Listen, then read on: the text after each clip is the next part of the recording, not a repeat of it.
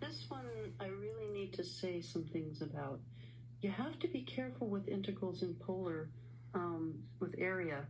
If it's the area between two functions, you have to treat it like washers.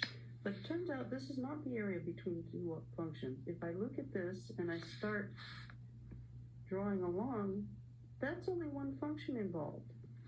And then let me draw the other one in blue. The other section, there's only a different, this is more like those tent-shaped functions in regular coordinates where you have one function and then the other one. And the only thing that the intersection means is that's where you have to start doing something else. So the integral from 0 to only pi over 2, what's the area formula? 1/2 2ac squared. For the red part, it's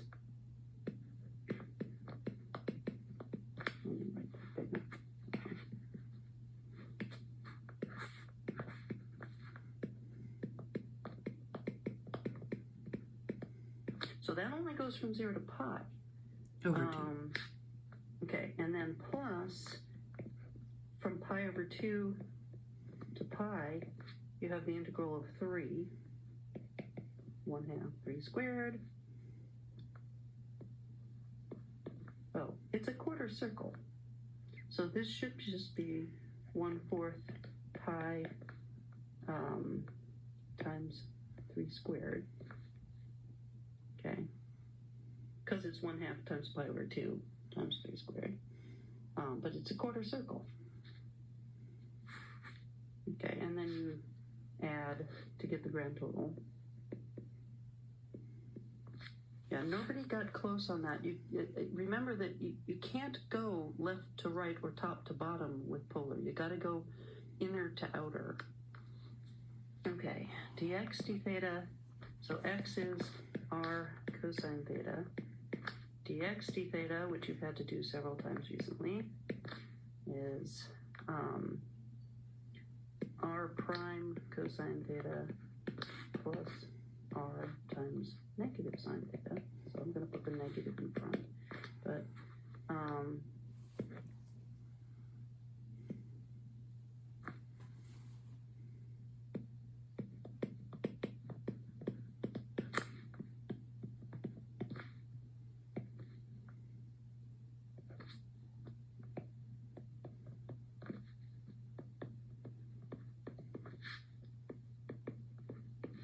okay, value at pi over 6 you could do by hand, but notice that one thing that they do have in polar mode is dx d theta, and you are allowed to just do that. Okay.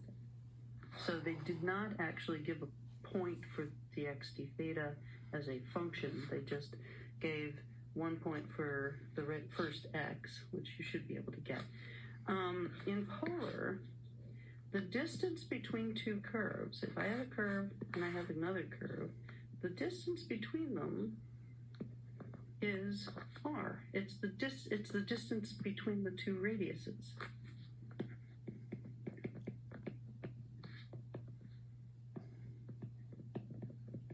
The diagonal distance, no need to do the Pythag theorem. It's just r2 minus r1. So the outer radius in the first quadrant is the 3. So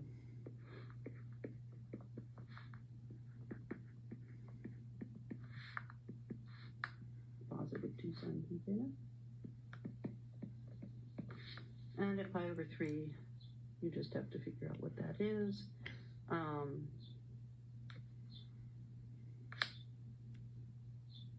So that's the distance.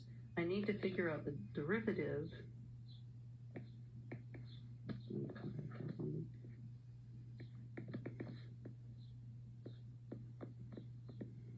Notice that comes out negative. For cosine of pi over 3 is negative 1/2. So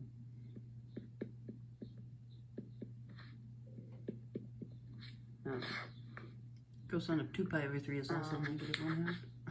Oops. dr dt is dr d theta, which we can calculate, times d theta dt. Notice the d thetas would cancel. So dr d theta is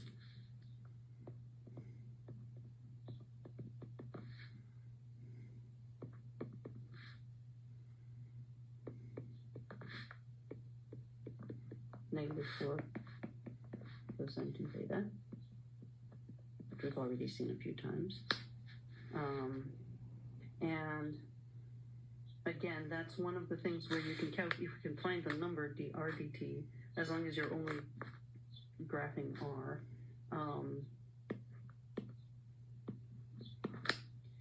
And d theta tt, it says it was 3, so that's all that.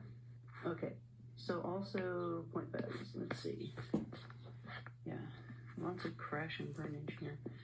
3 points for this, 1 point for the integrand, and 1 point for the limits, 1 point for the answer. So you got a point for realizing that it's only from 0 to pi over 2, not from 0 to pi. Okay, this is 2 points, 1 for the original x and 1 for this. You're not allowed to just go to dx dt.